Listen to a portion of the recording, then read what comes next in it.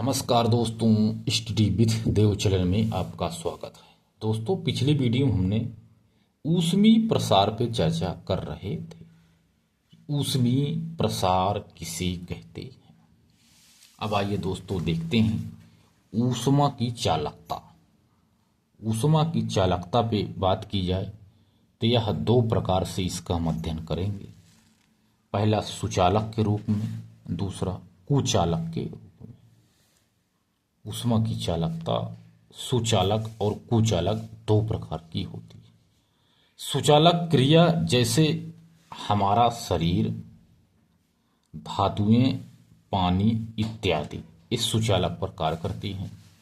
कुचालक पे जैसे हवा, बर्फ और लकड़ी इत्यादि एक कुचालक के रूप में कार्य करती है। तो आइए देखते हैं दोस्तों ऊष्मा की चालकता।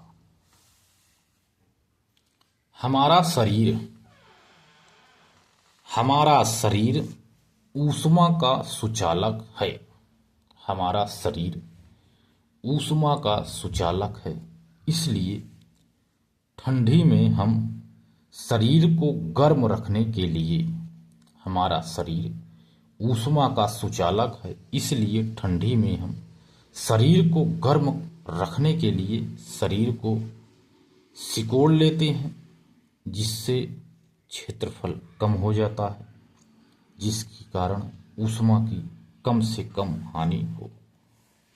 यानी हमारा शरीर ऊष्मा का सुचालक है, इसलिए ठंडी में हम शरीर को गर्म रखने के लिए शरीर को सिकोड़ लेते हैं, जिससे क्षेत्रफल कम हो जाए, जिससे ऊष्मा की कम से कम हानि हो, जिससे हमारा शरीर गर्म बना रहे।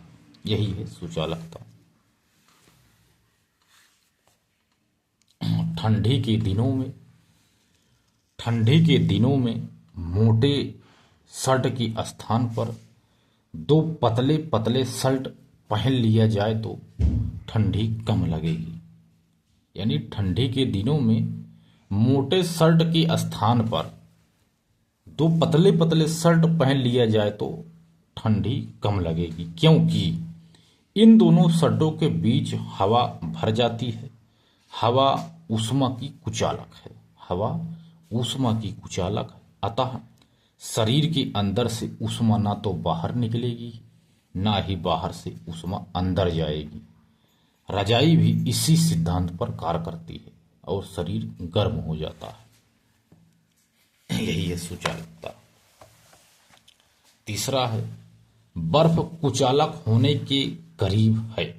बर्फ जो है दोस्तों कुचालक होने के करीब है, इसलिए यदि फ्रीजर में अधिक बर्फ जम जाती है तो फ्रीज में शीतलन पर प्रभाव पड़ता है।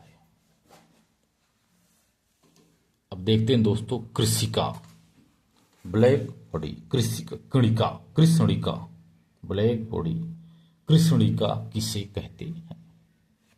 कृष्णिका पे चर्चा करते हैं। किरचॉफ ने बताया, एक किरचॉफ महोदय हैं। किरचॉफ महोदय ने बताया कि अच्छे अवशोषक, किरचॉफ महोदय ने बताया कि अच्छे अवशोषक अच्छे उत्सर्जक होते हैं। किरचॉफ महोदय ने बताया कि जो अच्छे अवशोषक होते हैं वो अच्छे उत्सर्जक भी होते हैं। जो वस्तुएं ऊष्मा का अवशोषण करके उसका अवशोषण कर देती है कृष्णिका कहलाती है। कृष्णिका कहलाती है। जैसे पृथ्वी में जितना सौर विकिरण प्राप्त करती है, पृथ्वी दिन में जितना सौर विकिरण प्राप्त करती है वह इसे अवशोषित करके रातों में पूरा का पूरा उत्सर्जित कर देती है। सूर्य भी जितना विकिरण उत्सर्जित करता है पूरा का पूरा उत्सर्जित कर देता है। इसलिए सूर्य और पृथ्वी की आदर्श कृष्णिका कहा जाता है। सूर्य और पृथ्वी को आदर्श कृष्णिका कहा जाता है। ये हो गया।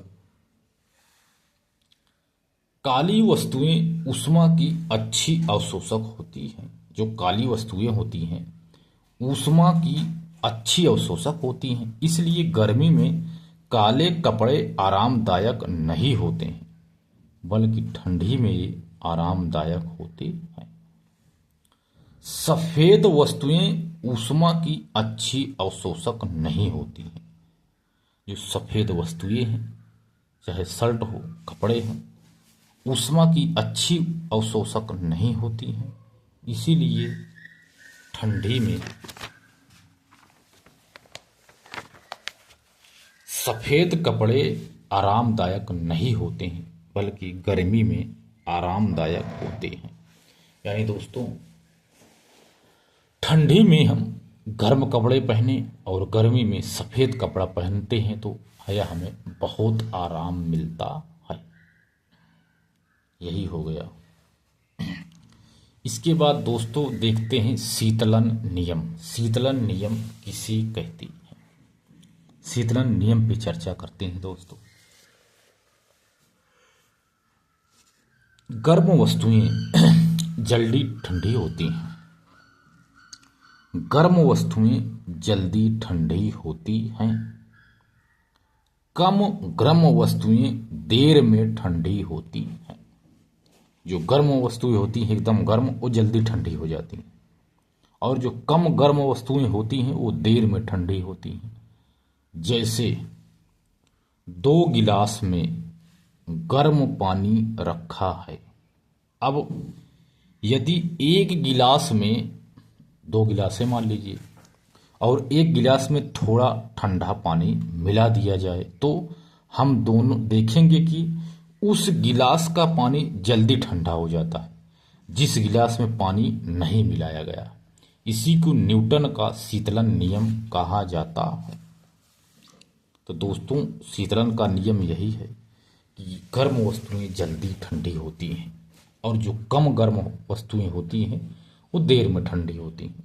इसके लिए हम 2 गिलास पानी लेंगे, उसमें एक में, दोनों में गर्म पानी रहेगा, एक में थोड़ा सा हम ठंडा पानी मिला देंगे और देखेंगे कि जो जिसमें हम थोड़ा ठंडा पानी नहीं मिलाए हैं दोस्तों, वो सबसे पहले ठंडा होगा, और ये जिसमें बर्फ पानी मिलाया हल्का ठंडा, हल्का गर्म है, ये जल्दी ठंडा नहीं होता।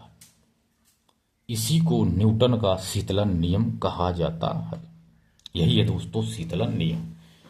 तो इसके बाद दोस्तों मिलते हैं और बेहतरीन क्लास में, तब तक के लिए धन्यवाद।